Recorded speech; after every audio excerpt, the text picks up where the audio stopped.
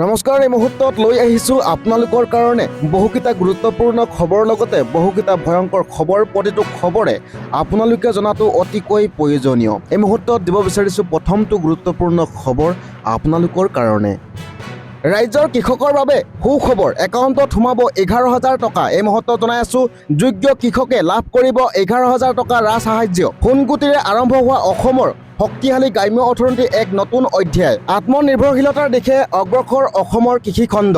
কৃষক, মৎস্যজীৱী, দুগ্ধ উৎপাদক আৰু আত্মনিৰ্ভৰ গাঁওসমূহৰ অধিক শক্তিশালী কৰাৰ লক্ষ্যৰে অসম চৰকাৰৰ এই বৃহৎ সিদ্ধান্ত। লগতে কৃষকৰ বাবে অব্যাহত থাকিব ফচল বীমাৰ সুবিধা। কৃষিজাত শস্যৰ উৎপাদনৰ ভিত্তিত কৃষকে লাভ কৰিব ন্যূনতম সমৰ্থন মূল্য। প্ৰযুক্তিচালিত কৃষি ব্যৱস্থাৰে উৎপাদন বৃদ্ধিৰ পৰিকল্পনা চৰকাৰৰ। 10 লাখ মেট্ৰিক টন মৎস্য উৎপাদনৰ লক্ষ্য চৰকাৰৰ এতিয়া। দুগ্ধ, হাঁহ কুকুৰা, গাহৰি পালনেৰে গ্ৰাম্য অৰ্থনীতি শক্তিশালী কৰাৰো পৰিকল্পনা কৰিছে চৰকাৰে। সামাজিক মাধ্যমত মুখ্যমন্ত্ৰীয়ে শ্বেয়াৰ কৰিলে কৃষিখণ্ডৰ উন্নয়ন পৰিকল্পনাৰ কথা। দিব লৈছোঁ অন্য গুৰুত্বপূৰ্ণ খবৰ। মুছলমানৰ ওপৰত কিয় জাপি দিয়া হৈছে হিন্দু ৰীতি নীতি? UCCক লৈ অসম চৰকাৰৰ বিৰুদ্ধে OSCৰ মন্তব্য।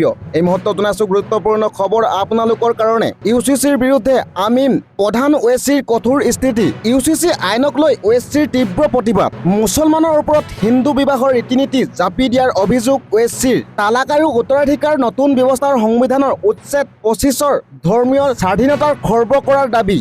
12% জনসংখ্যা থকা আদিবাসী সম্প্ৰদায়ক ৰেহাই দিয়াৰ সপক্ষে OSCৰ প্ৰশ্ন। উত্তৰাধিকাৰ সম্পৰ্কীয় নতুন নীতিয়ে মুছলমানৰ ধাৰ্মিক অধিকাৰত আঘাত হনাৰ অভিযোগ দিছে। NDA সংখ্যাগৰিষ্ঠতাৰে অসমত গৃহীত হয় UCCৰ বিধেয়ক আইন 2026। কিন্তু UCCৰ বিৰুদ্ধে আমিন প্ৰধান, OSCৰ কঠোৰ স্থিতি। UCC আইনক লৈ OSCৰ বৃহৎ তীব্ৰ প্ৰতিবাদ। দিব লৈছোঁ অন্য গুৰুত্বপূৰ্ণ খবৰ।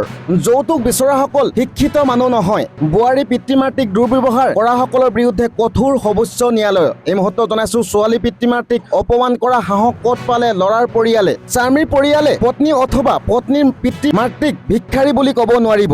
যৌতুক দাবী কৰা পত্নীক দুৰ্ব্যৱহাৰ কৰাৰ অধিকাৰ আইনে নিদিয়ে। বোৱাৰী পিতৃ মাতৃক দুৰ্ব্যৱহাৰ কৰাসকলৰ বিৰুদ্ধে কঠোৰ সৰ্বোচ্চ ন্যায়ালয়। ছত্তীশগড় নিম্ন আদালতৰ ৰায়ত হস্তক্ষেপ কৰা নহ'ব বুলি মন্তব্য ন্যায়াধীশ উজ্জ্বল ভূঞাৰ। বোৱাৰী নিৰ্যাতনকাৰীসকলৰ বিৰুদ্ধে কঠোৰ আইনী বাৰ্তা সৰ্বোচ্চ ন্যায়ালয়ৰ। দিব লৈছোঁ অন্য গুৰুত্বপূৰ্ণ খবৰ আপোনালোকৰ কাৰণে।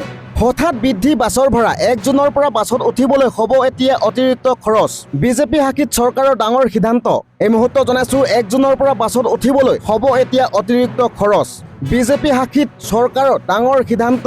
ইতিমধ্যে পৰিবহণ বিভাগে জাৰি কৰিছে অধিসূচনা। ডিজেলৰ মূল্য বৃদ্ধি হোৱাৰ বাবে চৰকাৰে লৈছে এই সিদ্ধান্ত। খৰচ বৃদ্ধি হোৱাৰ বাবে এই নতুন নিৰিখৰ প্ৰযোজ্য হৈছে। বাছৰ যাত্ৰা দূৰত্ব ভিত্তিত চৰকাৰে নতুন ভাড়া তালিকা প্ৰস্তুত কৰিছে। এই নতুন ভাড়া চৰকাৰী আৰু ব্যক্তিগত উভয় বাছৰ বাবে কাৰ্যকৰী হ'ব। নিৰ্ধাৰিত ভাড়াৰ অধিক ল'লে কঠোৰ ব্যৱস্থা গ্ৰহণ কৰা হ'ব। নিৰ্ধাৰিত ভাড়া অধিক দাবী কৰা বাছ চালক বা গাড়ী গৰাকীৰ বিৰুদ্ধে জিলা প্ৰশাসনে কঠোৰ আইনী ব্যৱস্থা ল'ব। বিহাৰ চৰকাৰে বাছ ভাড়াৰ 10%ৰ পৰা 15%লৈ বৃদ্ধি কৰিবলৈ বাধ্য হৈছে ইতিমধ্যে। দিব লৈছোঁ অন্য গুৰুত্বপূৰ্ণ খবৰ। ৰাজপথত গৰু এৰাল দিয়াসকল সাৱধান। প্ৰশাসনৰ নিৰ্দেশনা নমনাসকলৰ বিৰুদ্ধে অভিযানত নামিছে অসম আৰক্ষী। এই মুহূৰ্তত জনাইছোঁ ৰাজপথত গৰু এৰাল দিয়াসকল সাৱধান হওক এতিয়াৰে পৰা। প্ৰশাসনৰ নিৰ্দেশ নমনা সকললৈ প্ৰশাসনৰ চৰম হুংকাৰ। পথৰ কাষত গৰু এৰাল দিয়াসকলৰ বিৰুদ্ধে অভিযানত নামিছে আৰক্ষী। পথচাৰী আৰু চালকৰ জীৱনক লৈ হেতালি খেলা কাৰ্য আৰু নচলিব। নিৰ্দেশ নেমানিলে গৰুগৰাকীয়ে ভৰিব লাগিব জৰিমনা। দিব লৈছোঁ অন্য গুৰুত্বপূৰ্ণ খবৰ। যিকোনো মুহূৰ্ততে সলনি হ'ব পাৰে অৰুণাচলৰ মুখ্যমন্ত্ৰী। পেমা খাণ্ডুৰ পৰিৱৰ্তে চাউন আমিন হ'ব পাৰে ৰাজ্যখনৰ মুখ্যমন্ত্ৰী। 3,000 কোটি টকা কেলেংকাৰী গুৰুত্বৰ অভিযোগ পেমা খাণ্ডুৰ বিৰুদ্ধে। ইতিমধ্যে প্ৰধানমন্ত্ৰীৰ কাৰ্যালয় পাইছেগৈ কেলেংকাৰীৰ সকলো ফাইল।